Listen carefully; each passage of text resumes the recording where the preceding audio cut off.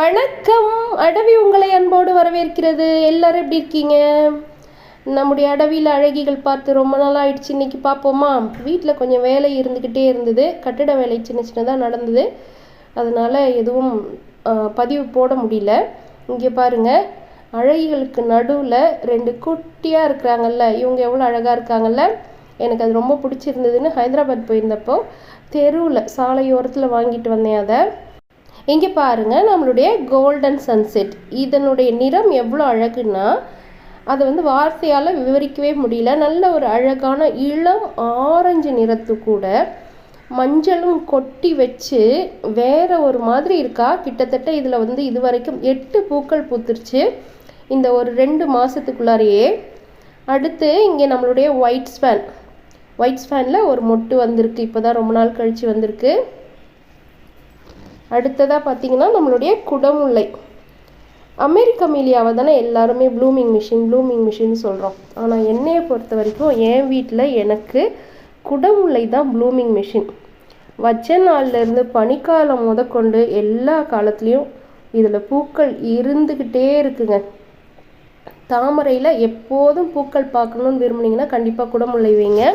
குடமுல்லையை போலவே தோற்றமளிக்கக்கூடிய ஸ்னோ பவுல் இது பார்க்கறதுக்கு ரொம்பவுமே அழகாக இருக்கும். பூக்கள் உதிர்ந்துடுச்சு. எனக்கு பதிவு எடுக்க முடியல நேரமின்மை காரணமாக. அது பார்த்திங்கன்னா நெட்டில் வர்றதுக்கு முன்னாடியே பூ வந்துடுது.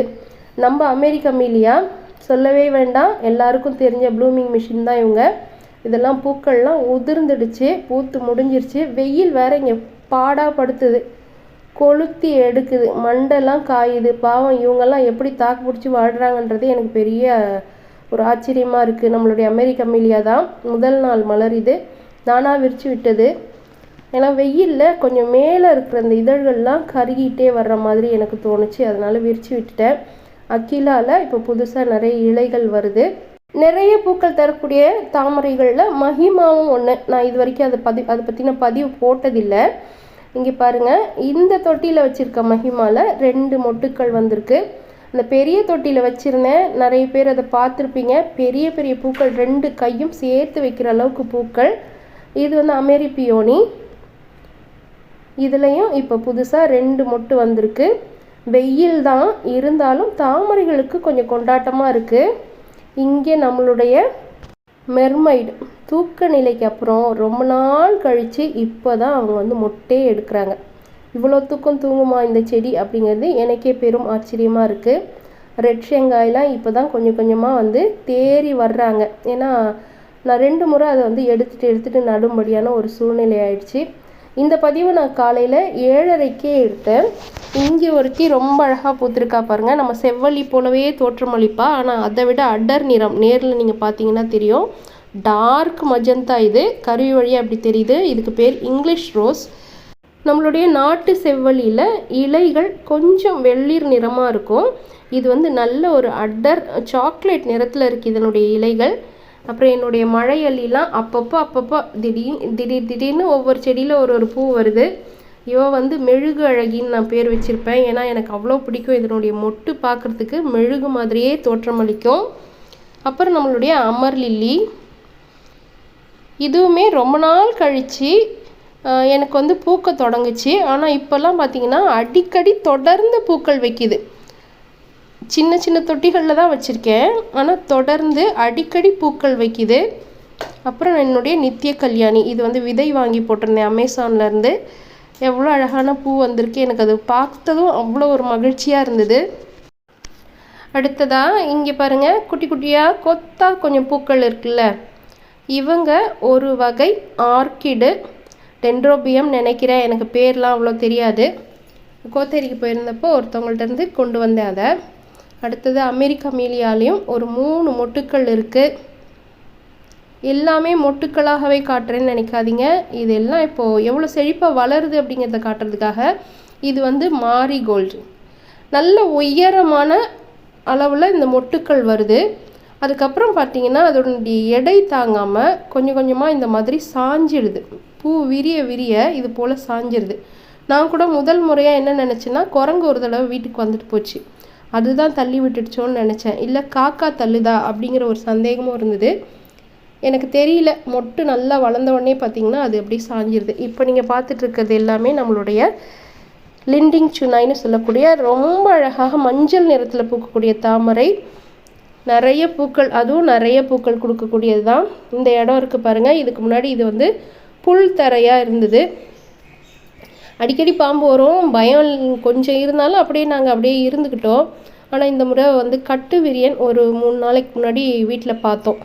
சரி இது சரிப்பட்டு வராது இனி அப்படின்னு சொல்லிட்டு, ஏன்னா நான் செடிக்கு தண்ணி விடுறது எல்லாம் பார்த்திங்கன்னா தரையில் அது வாங்கிட்டு நிறைய புற்கள் வந்து முளைஞ்சிருதுன்னா முட்டி அளவுக்குலாம் புல் வளர்ந்துருது. அதை அடிக்கடி சுத்தம் பண்ணவும் முடியல. ரெண்டாவது இது மாதிரி விஷமுள்ள ஜீவன்கள்லாம் பார்க்கும்போது நமக்கும் கொஞ்சம் அச்சமாக தான் இருக்குது. பசங்க இந்த இடத்துல தான் குறுக்க நெடுக்க நடப்பாங்க. அப்புறம் இங்கே இருந்த தாமரைகள்லாம் பார்த்திங்கன்னா இந்த இடத்துல தரையில் வச்சுருந்தேன். வெயிலே இல்லாமல் நிழலில் தான் இருந்தது. இங்கே தரை வழித்ததும் நிறைய இடம் கிடைச்ச மாதிரி இருந்தது. இங்கேயும் நிறைய செடிகள் வச்சுருந்தேன். இது எல்லாமே நான் வந்து இப்போ இடம் மாற்றி வச்சுருக்கேன். இப்படி இந்த இடத்துலேருந்து பார்ப்போம் பாருங்கள். இந்த அடுப்பு தான் இப்போ புதுசாக கட்டணும். இந்த கட்டட வேலையெல்லாம் தான் வீட்டில் போயிட்டுருந்தது. பாருங்கள், இந்த இடம் முழுக்க இந்த தாமரை அள்ளிலாம் வச்சுருந்தேன். இதுக்கு எல்லாமே இப்போது வெளிப்பக்கமே இடம் கிடச்சிருச்சு தரவழிச்சதுக்கப்புறம். இந்த தொட்டிகள் தான் அந்த இடத்துல மேடை மேலே வச்சுருந்தேன். அதுக்கெல்லாம் இந்த பக்கம் இடம் கிடச்சிருச்சு. எனக்கே பெரிய ஆச்சரியமாக இருந்தது. இவ்வளோ இடமும் இந்த தரையை சமப்படுத்தினதும் நமக்கு இவ்வளோ இடம் கிடச்சிருக்கே அப்படின்னு சொல்லிட்டு. இது நம்மளுடைய ரங்கூன் மல்லின்னு சொல்லுவாங்கள்ல, இந்த செடி என்ன விசேஷம்னா, இது நான் ரொம்ப வருஷமாக வச்சுருந்தேன். இந்த இடத்துல கோத்தேரியில் இருக்கும்பொழுது இதில் ஒரு தடவை கூட பூ பூத்ததே இல்லை. இந்த இடத்துக்கு வந்ததுக்கப்புறம், கடலூருக்கு வந்ததுக்கப்புறம் நான் வாடகை வீட்டில் இருக்கும்போது வச்சுருந்தப்போ அது வாட்டிக்கு வளர்ந்துக்கிட்டே போகுது அப்படின்னு சொல்லிட்டு என்ன பண்ணிட்டேன், இது ரொம்ப வச்சுருக்க வேணான்னு சொல்லிட்டு இங்கே கொண்டு வந்து நட்டதுக்கப்புறமும், எங்கள் வீட்டுக்கு வந்து நாங்கள் நட்டதுக்கப்புறமும் படர்ந்துக்கிட்டே போகுது, வேர்பட்ட இடம்லாம் வருதுன்னு சொல்லிட்டு பிடுங்கி எறிஞ்சிட்டேன். அவ்வளோ தூரம் பிடுங்கி எரிஞ்சதுலேயும் ஒரே ஒரு சின்ன வேர் இருந்திருக்கும் போல். அதுவும் கஷ்டப்பட்டு வளர்ந்துக்கிட்டே இருந்தது. நானும் பிடுங்கி எரிஞ்சேன்.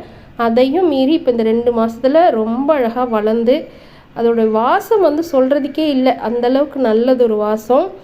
ஆனால் என்னென்னா அடப்பாயிடும், இன்னொன்று மாடி வரைக்கும் ஏற்றி விடுறோமே அப்படின்னு ஒரு பயம், வேறு ஏதாவது மாடிக்கு போயிடுமோ அப்படிங்கிற ஒரு பயம். சரி பார்த்து அப்பப்போ நறுக்கி விட்டுக்கலாம், ஏன்னா அது நான் கிள்ளி ஏறிய திரும்ப வருவேன் அப்படிங்குது. உன் வீடு எனக்கு ரொம்ப பிடிச்சிருக்குடி, ஏண்டி என்னை துரத்துற அப்படிங்கிற மாதிரி இருக்குது.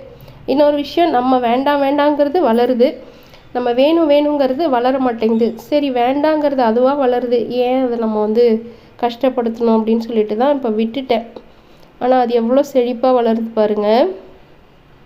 வாசம்னா அப்படி ஒரு வாசம் வீசும். சும்மா ஒரு 2 பூ பூத்திருந்தாலே இங்கே நிற்கும் போது நம்மளுடைய நாசியை வந்து தொலைக்கும். இந்த பூவு நல்ல நறுமணமாக இருக்கும். என்னுடைய கணவருக்கு இந்த பூ ரொம்ப ரொம்ப பிடிக்கும். அவங்க விருப்பத்தினால வளருது போலன்னு நானே நினச்சிக்கிட்டேன். அடுத்தது இங்கே பாருங்கள், நம்மளுடைய மைக்ராந்தா ப்ளூ. எனக்கு சின்ன நாற்று அள்ளியில் வரும்பொழுது என்ன பண்ணுறேன், பெரிய நாற்றுகள் எடுத்து நான் வந்து விற்றுட்டேன். ஏன்னா எனக்கு வச்சுக்க இடம் இல்லை. சின்ன நாற்றுகள் நம்ம அனுப்புனாக்கா நமக்கு போய் சேர்றது வந்து நல்லதாக போய் சேரணும் அப்படிங்கிற எண்ணத்தில் பெருசெல்லாம் எடுத்து விற்றுட்டேன். இது வந்து நிமித்மை, எவ்வளோ அழகாக இருக்குல்ல, ஊதா நிறத்தில் நடுவில் வெள்ளையும் மஞ்சளும். இவங்க சோம்பு வேமு. அதனால் எனக்கு இப்போ பார்த்திங்கன்னா பூக்கள் ரொம்ப குறைவாக தெரியுது என்னுடைய தோட்டத்தில். பெரிய செடிகள் நம்ம கொடுத்துட்றோம் இல்லைங்களா, அதனால். ஏன்னா சின்ன செடிகள் நம்ம அனுப்பும் பொழுது அது அவங்க கைக்கு நல்லபடியாக போய் சேர்ந்து நல்லபடியாக அது வளரணும். அது சரி வருமானு தோணலை எனக்கு. அதனால் பெரிய செடிகள் எல்லாமே கொடுத்துட்றேன். வெயில் தாங்கலை பாருங்கள் இந்த தாமரைகளுக்கு. இவங்க வந்து அழகான பிங்க் லெகசி, எவ்வளோ அழகாக இருக்குல்ல இந்த பூவினுடைய நிறமும் வடிவமும். எத்தனை பூக்கள் இருக்குது பாருங்கள். இதுக்கு முன்னாடியே ஒரு 4-5 பூ வந்து கொட்டிடுச்சு எல்லாமே. இங்கே பாருங்கள் வெயிலில் எவ்வளோ வந்து வாடி போயிருக்குன்ட்டு. செம்ம வெயில், வெளுத்தே போயிடுச்சு பாருங்கள். பூ மலர்றதுக்கு முன்னாடியே வெளுத்து போச்சு. எவ்வளோ பூ பாருங்கள், அழகாக இருக்குல்ல. இந்த மாதிரி கொத்தாக தாமரையை பார்க்குறதுக்கு. பிங்க் லெகசிலையும் நம்ம வந்து முன்னாடியே சொன்ன மாதிரி நிறைய பூக்கள் வந்து வந்துக்கிட்டே இருக்குது அதில். இது தவிரவும் அங்கே EOSல 2 பூ மொட்டு வந்திருக்கு. இன்னும் எல்லா செடிகள்லேயும் மொட்டும் பூவுமாக தெரியுது. இங்கேருந்து பார்த்தா உங்களுக்கு தெரியுதான்னு தெரியல, வெயில் கிட்ட போகிறதுக்கே பயமாக இருக்குது. நம்மளுடைய சரோஜா 2 செடியில் சரோஜா வந்து பூத்துருக்குறாங்க, ரொம்ப அழகாக இருக்காங்க. சாமந்தி போலவே தோற்றமளிக்கக்கூடியது. இங்கே பாருங்கள், இங்கேயும் வந்து ஒருத்தி பூத்திருக்கிறா. என்ன ஒரு அழகு இல்லை? எல்லாம் இந்த வெயிலுக்கு பளிச்சுன்னு அழகாகவும் இருக்காங்க, ஆனால் வெயில் தாங்காமல் வாடியும் போயிடுறாங்க. சசிமொந்தன் இதில் ஒரு பூ ஒன்று பூத்திருக்கு பாருங்கள், ரொம்ப அழகாக இருக்குல்ல. நல்ல பெருசாக மஞ்சள் நிறத்தில் பூக்கள் தரக்கூடிய வகை அது. இது வந்து க்ரீன் ரைம்னு தான் சொன்னாங்க. வாங்கி வச்சதுலேருந்து பூவாக இருந்துக்கிட்டே இருக்குது, பச்சை நிறத்தில் தான் பூக்குது. ஆனால் பார்த்திங்கன்னா வந்து S1 வகையை சேர்ந்த பூ மாதிரி நிறம் வந்து மாறி போயிடுது. எனக்கு ஒன்றுமே புரியல அது என்ன செடி அப்படிங்கிறதே. நம்மளுடைய கேலக்ஸி, அப்புறம் நம்மளுடைய சரோஜா. நிறைய பூக்கள் இல்லை, காரணம் நான் வந்து செடிகள் பெரிய செடிகள் எல்லாமே கொடுத்துட்டேன், அதனால் நிறைய பூக்கள் இல்லை. அப்புறம் நம்மளுடைய பனாமா பசிபிக்கில் பாருங்கள், குட்டி குட்டியாக மொட்டுக்கள் வர ஆரம்பிச்சிட்டாங்க.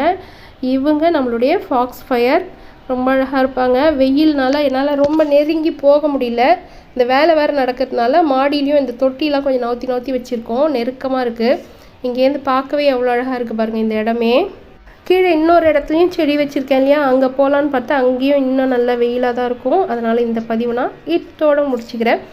இந்த அடிக்கிற வெயிலையும் குளுக்குளுன்னு இந்த மலர்களை பார்க்கும்பொழுது மனசுக்கு அவ்வளோ ஒரு மகிழ்ச்சியாக இருக்குது. நம்ம வீட்டில் உள்ள இந்த அழகிகள் உங்களுக்கும் வேணும்னு நீங்கள் விருப்பப்பட்டீங்கன்னா திரையில் தெரியக்கூடிய வாட்ஸ்அப் எண்ணுக்கு தொடர்பு கொண்டு வாங்கிக்கலாம். இது வரைக்கும் இந்த பதிவு பார்த்துட்டு விருப்பம் கொடுக்கலன்னா எப்படி ஒரு விருப்பம் கொடுத்துருங்க.